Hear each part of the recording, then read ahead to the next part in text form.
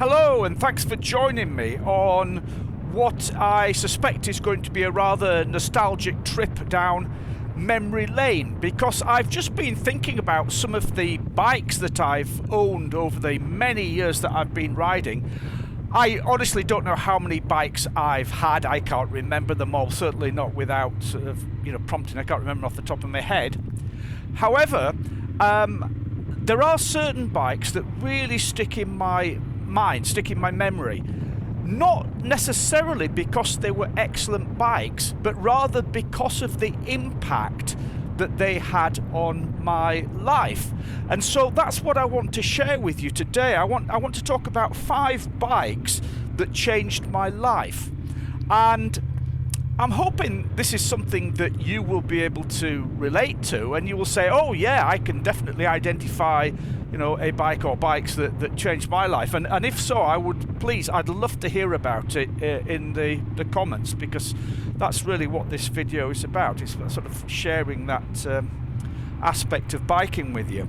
So, okay, let's have a look at it. Well, going back a long time ago, my very first bike, my very first motorized two-wheel transport was a Puch Grand Prix. I'll find some pictures of these bikes and flash them up on the screen when I edit this, but I won't necessarily have pictures of my own bike. They'll probably be ones I've pilched off the internet, because a lot of the bikes I've owned, I haven't got any pictures of them. But anyway, my very first bike was a Puch Grand Prix 50cc moped. At the time, it was the fastest 50cc moped around. 1976 Puch Grand Prix. So it was faster than the Fizzy, faster than the Suzuki. What was the Suzuki? Was it AR50? Yeah, desirable bike. But it wasn't the speed of the thing that that was important to me. It was just that was the dawn of my independence, of my freedom. And I'm sure this is something everybody can relate to. Having your first bike gives you that freedom to be able to go places, go wherever you want, whenever you want. And I think back to those heady days, my teenage years. I used to go off at weekends, so I would finish school. I was still at school. I would finish school on a Friday night, and I would go off for the weekend on the bike, and I would come home on Sunday night, and I'd have done hundreds of miles on it. And I remember my father not believing when I told him where I'd been on it. You've never been all that distance on a little 50cc moped, but yeah, it was absolutely fantastic. My first taste of real freedom and my first taste of biking. And I still remember some of the awesome adventures I had on that little 50cc bike. I also remember the tears of frustration of the lack of power for particularly travelling around the Lake District, Cumbria and the Lake District, going up some of the mountain passes, and this poor little 50cc bike really struggling to get up some of those passes, and it's so frustrating for me at the time, but still absolutely fantastic, happy memories. The second bike that sticks in my mind was a Suzuki GS400. It was a 1978 it was, yeah, GS400, because that was my first big bike, if you like, even though only 400 cc's at the time. That was quite a big bike. Now, in the back end of the 70s, then I really wanted a Triumph Bonneville. I had a picture of one on my bedroom wall, and I really wanted a Triumph Bonneville, but I couldn't afford a bike like that, and I couldn't afford the insurance on a bike like that. So in my mind, when I bought it, the Suzuki, which is a parallel twin, it was my Bonneville. It was my budget mini Bonneville, if you like. And one of the things that I find interesting is when the modern day Triumph launched the modern T120. Yeah, it stylistically, obviously it's based on the old Bonnevilles, but it looks very similar to the GS, my old GS400. So the GS, of course, was a sort of GS 750, GS 1000 type engine, which is 4-cylinder cut in half. But its significance to me was that was my first big bike. That's the bike that really allowed me to get off longer distances. I went to so many bike rallies on that bike, and I turned up, feeling like a real biker because I had a proper bike. And I went touring around Europe on that bike as well. I made a lot of friends. I joined my first serious bike club when I had that bike. And so, yeah, a very, very important bike in my formative years. And I actually rode around on that bike for quite a few years. I really loved it. GS 400. Many, many happy memories on that bike. I remember the first time I ever did what has now become the Scottish North Coast 500 was on that bike. My first European tour was on that bike. So many fantastic adventures. And again, it's a bike that opened up a whole new world of motorcycling, motorcycle touring, longer distance motorcycle touring, and the friendship of motorcycle groups and motorcycle clubs as well. Now, after my GS 400, I went on to Jap 4-cylinder bikes, big Jap 4-cylinder bikes. A lot of my friends rode those, and I guess they were the desirable bikes at the time. So we're looking at the mid 80s now. I had a Kawasaki 900. I had a Suzuki GSXR 1100 when they came out in 86, I think that was. Yeah, but another pivotal moment for me. I remember being at a party. Biker party, and some of my friends were there, and one of the lads was there, and he was on a Moto Guzzi T3, and he was going on about Jap crap, the sort of typical biker banter, and get yourself a real bike, blah blah blah. And he threw me the keys across the room and said, "Look, take my bike out for a ride and see what you think."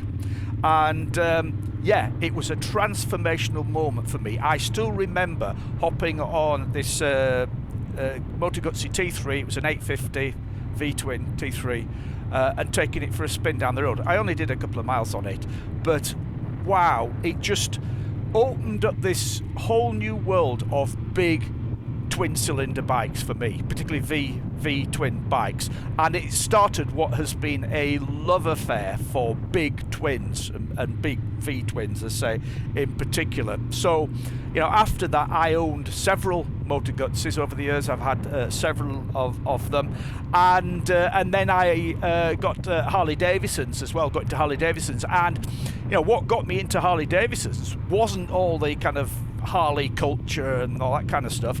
It was the appeal of that big, lazy V-twin engine. And over the years, I've now owned many Harleys. Still got a Harley Davidson now.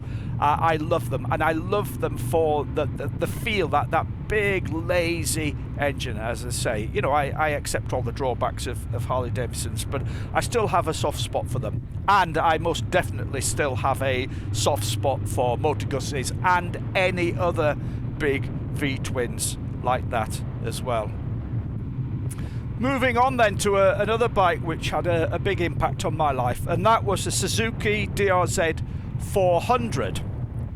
And the reason I'm talking about this bike is that was my introduction into the world of dirt bike riding, off-road riding, green laning, and lightweight adventure motorcycling. Now, I had dirt bikes before this. So in the 1980s, I had a Yamaha XT500. I also had a little CZ175 dirt bike as well. But I don't know, for whatever reason, I think just the culture I was in there, the biking culture I was in, the people I was involved in, what have you, this kind of lightweight adventure motorcycling didn't click with me. I think probably the reality is it just hadn't been invented, so to speak, back then. It just wasn't a thing. But anyway, the Suzuki DRZ 400, I initially bought it as a commuting bike. I just wanted a winter hack, a winter commuting bike, and I picked it up really cheap with a set of Supermoto wheels and a set of off-road wheels. So I used to put the Supermoto wheels on it during the week and use it to commute to work, and at the weekend I swapped the wheels on then to the off-road wheels with the knobbly tyres, and that was my introduction to adventure riding. since then I've had other bikes, and if you follow my channel, then you're probably aware that I currently have a KTM EXC 450, which I absolutely love. And the reality is, I think that my EXC 450 is a better bike, certainly for me, than the DRZ. But the DRZ still holds that special place in my heart because it was, my introduction into that wonderful world of lightweight adventure riding. By the way, I don't put a lot of sort of lightweight adventure stuff on this channel because I have another channel. If you're not aware of that, I have another channel called Off the Tarmac. So I'll put a link in the description, but Off the Tarmac is where I post most of my videos about the off-road riding, lightweight adventure camping, things like that. And so we come to the fifth and final of the bikes that I want to talk about. Remember, these are not the best bikes I've ever owned, but the bikes that had the most impact on me, the bikes that changed my life. And that is, I bought a BMW GS 1200 Adventure in 2010. It was the 30th anniversary special edition.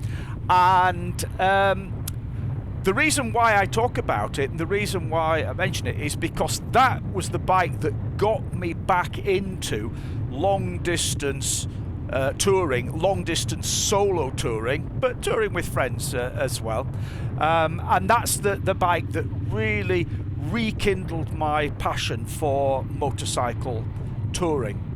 I've always had a bike, throughout my life, ever since I was a teenager. But I'm sure a lot of people, will be able to relate to my experience, had a similar experience. That there's a period in your life where motorcycling takes more of a backseat role, with family commitments, work commitments, things like that. And that certainly happened to me. And there was a period during which my motorcycling activities were reduced to commuting to work.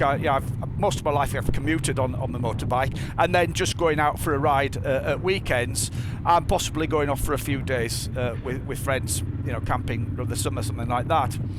But when I got my GS 1200, I started going then on much longer trips on that bike. So I said, 2010, and then 2016, I took a chunk of time off work, and I did a big 6 or 7 weeks? I think it's six and a bit weeks, just over 6 weeks, tour around Scandinavia. During which time during that trip I did about 7,500 miles. It was on my own, travelling on my own, and I had an absolutely fantastic time. And since then, life has never been the same. That trip really was life-changing for me. And without sort of getting bogged down into the details, I'll give you the Reader's Digest version. As an upshot of that, I ended up packing in my job and going to work with a friend running motorcycle tours, because I just realised how much I enjoy motorcycle touring. And boy, did I put some miles on that GS. It went all over. It's gone now. I sold it quite a few years ago, but it went up to Nordkapp 4 times, did that GS. Very, very capable bikes. Very, very capable. I really could not knock it in any way. It was just the perfect bike for that kind of long distance touring. Anyway, so there we have it. That is my list of 5 bikes which I feel have changed my life. As I said at the beginning, I don't mean that they were necessarily good bikes, great bikes, and I have sold all of those bikes. I don't own them anymore. And here's an interesting thing. Would I buy those bikes again? If I had the opportunity, would I buy those bikes again? The answer is no. And that, without equivocation, absolutely no. They were great bikes for me at the time. I thoroughly enjoyed them, but I've moved on. Life has moved on. Motorcycles have moved on, and I'm very, very happy with the crop of bikes that I own at the moment, and I wouldn't swap them. So, for example, my Triumph Scrambler 1200, which I'm using as my touring bike at the moment, wouldn't swap that back for the BMW. Now, even though I would admit the BMW was probably better suited, better touring bike, I just love the Triumph far more. So yeah, nice to be nostalgic about these things, but I certainly don't feel, oh, I wish I still had this bike, or I wish I still had that bike. I hope you found this interesting. I hope, and the reason I recorded this, I hope that it's maybe evoked or provoked a few memories for you of bikes that changed your life. Please, as I said earlier, please do share in the comments if that is the case. I'd love to hear from you. I'd love to hear about that bike that was special for you. But anyway, thank you very much for watching. If you are still with me at this point, please ride safe, and hopefully I'll see you again soon. Bye.